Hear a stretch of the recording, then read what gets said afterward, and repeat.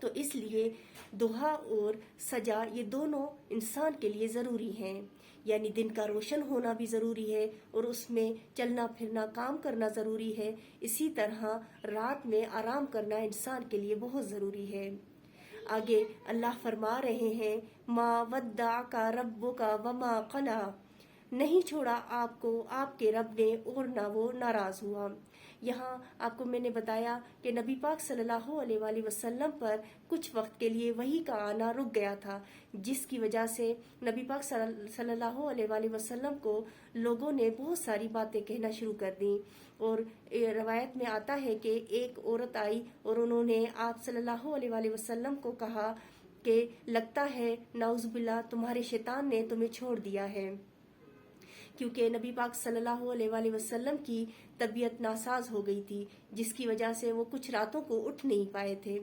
تو اللہ یہاں پر فرما رہے ہیں کہ نہیں چھوڑا آپ کو آپ کے رب نے اور نہ وہ ناراض ہوا، یعنی اللہ آپ سے نہ ناراض ہے، نہ آپ سے وہ نفرت کرتا ہے، اور نہ ہی اس نے آپ کو چھوڑا ہے، وہ آپ کے ساتھ ہے۔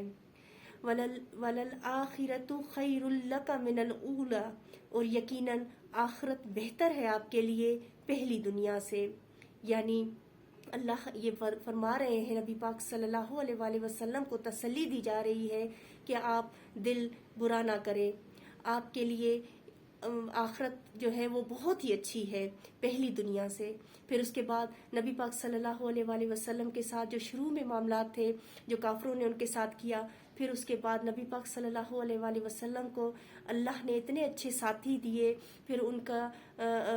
مدینہ میں ان کا اتنے اچھے طریقے سے استقبال ہوا، پھر ان کی واپسی مکہ میں اتنے اچھے طریقے سے ہوئی، تو یعنی ان کی جو پہلی دنیا ہے اس سے آخری دنیا اس دنیاوی لحاظ سے بھی بہت اچھی تھی، اور پھر آخرت کا مقام تو نبی پاک صلی اللہ علیہ وآلہ وسلم کے پاس جو ہے وہ تو کسی کے پاس نہیں ہوگا، کیونکہ مقام محمود جو ان کو ملے گا وہ سب سے عظیم رتبہ ان کو ملے گا انشاءاللہ تعالی۔ آگے اللہ فرما رہے ہیں وَلَسَوْفَ يُؤْتِيكَ رَبُّكَ فَتَرْضَىٰ، اور یقیناً عنقریب عطا کرے گا آپ کو رب آپ کا تو آپ راضی ہو جائیں گے، یعنی آپ دکھ نہ کریں کہ آپ اکیلے ہیں، آپ ان لوگوں کی باتوں میں غمگین نہ ہو، خود کو ہلکا نہ کریں، خود کو بیمار نہ کریں۔ ایک دن ایسا آئے گا جب آپ کو اللہ دے گا اور آپ اللہ سے راضی ہو جائیں گے، اور واقعی اس طرح ہوا۔ تو اللہ نے اپنے نبی پاک صلی اللہ علیہ وآلہ وسلم کو وہ رتبہ دیا، وہ عزت عطا کی جو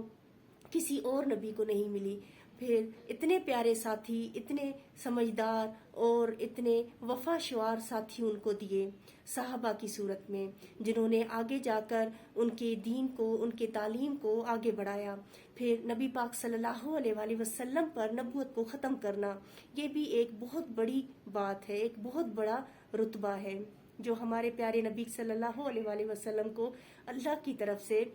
انعام کی صورت میں ملا۔ علم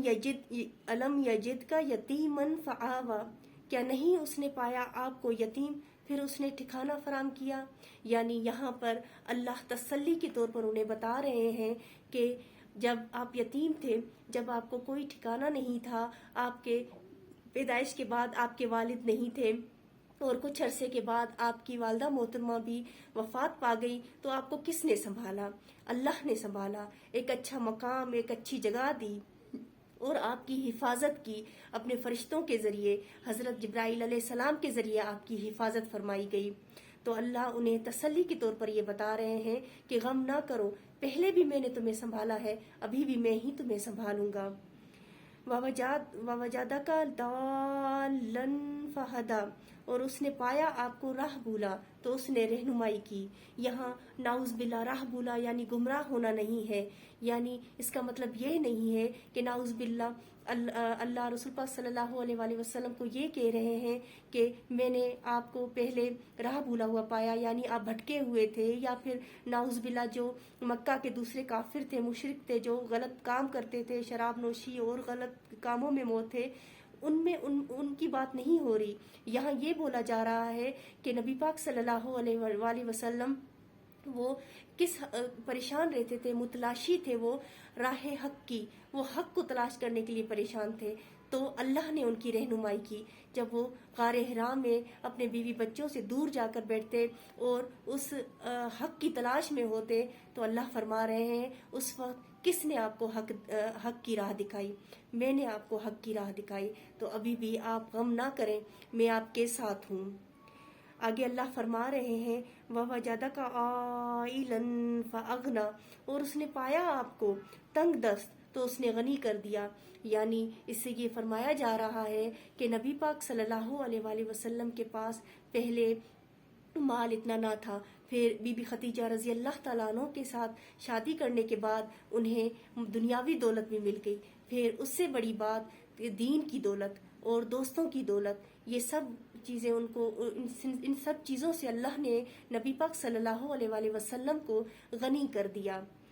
فَأَمَّا الْيَتِيمَ فَلَا تَقْهَرْ، تو رہا یتیم پس نہ آپ سختی کیجیے اس پر. اب آگے احکام بتائے جا رہے ہیں کہ اب میرا یہ حکم ہے کہ کوئی یتیم دیکھو، کسی مسکین کو دیکھو تو اس پر سختی نہ کرو، اس کے ساتھ نرمی سے پیش آؤ. اس کی اگر وہ تم سے مدد طلب کرے، اگر وہ آپ سے اپنی ضرورت اپنی حاجت طلب کرے تو اس کی ضرورت اور حاجت کو پورا کرو.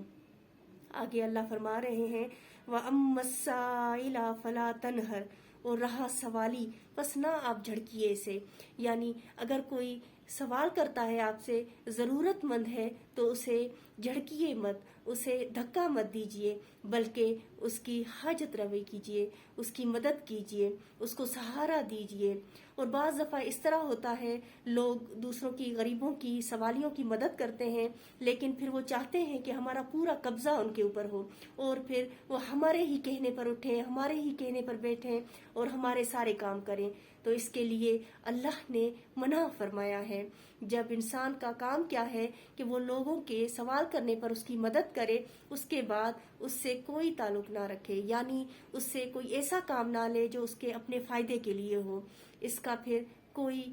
فائدہ نہیں ہے، اس کا پھر کوئی اجر نہیں ملے گا، کیونکہ وہ تو آپ نے اللہ کے لیے نہیں کیا، وہ پھر اپنے نفس کے لیے کیا.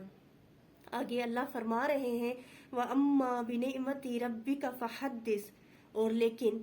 اپنے رب کی نعمت کو بس بیان کیجیے. یعنی یہاں پر اللہ فرما رہے ہیں کہ اللہ نے اے نبی پاک صلی اللہ علیہ وآلہ وسلم آپ پر جو کرم کیا، آپ کو جو نعمت عطا کی، اس نعمت کو اپنے تک محدود نہ رکھیں بلکہ اسے دوسروں تک پہنچائیں، اپنے عمل سے، اپنی کوششوں سے دوسروں تک پہنچائیں. وہ نعمت کیا ہے؟ وہ نعمت ہے قرآن کریم. یعنی ہم سب مسلمانوں پر یہ فرض ہے کہ جب ہم دین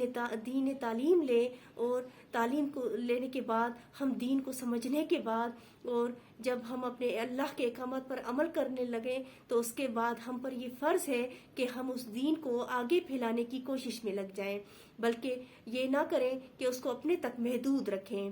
دوسروں کے لیے بھی آسانیاں پیدا کریں دین کو سیکھنے کے لیے، تعلیم لینے کے لیے. کیونکہ یہ قرآن کسی ایک انسان کے لیے نہیں بلکہ نبی پاک صلی اللہ علیہ وآلہ وسلم کی پوری امت کے لیے اتارا گیا ہے. اور ہم پر دین لینے والے، اسلام کو سمجھنے والے اور تعلیمات لینے والے پر یہ فرض بنتا ہے کہ عام انسان کے لیے اس آسانیاں پیدا کرے، اس کو سمجھائے، اس کو دین کی تعلیم کی رغبت پیدا کرے اور نبی پاک صلی اللہ علیہ وآلہ وسلم اور اللہ کی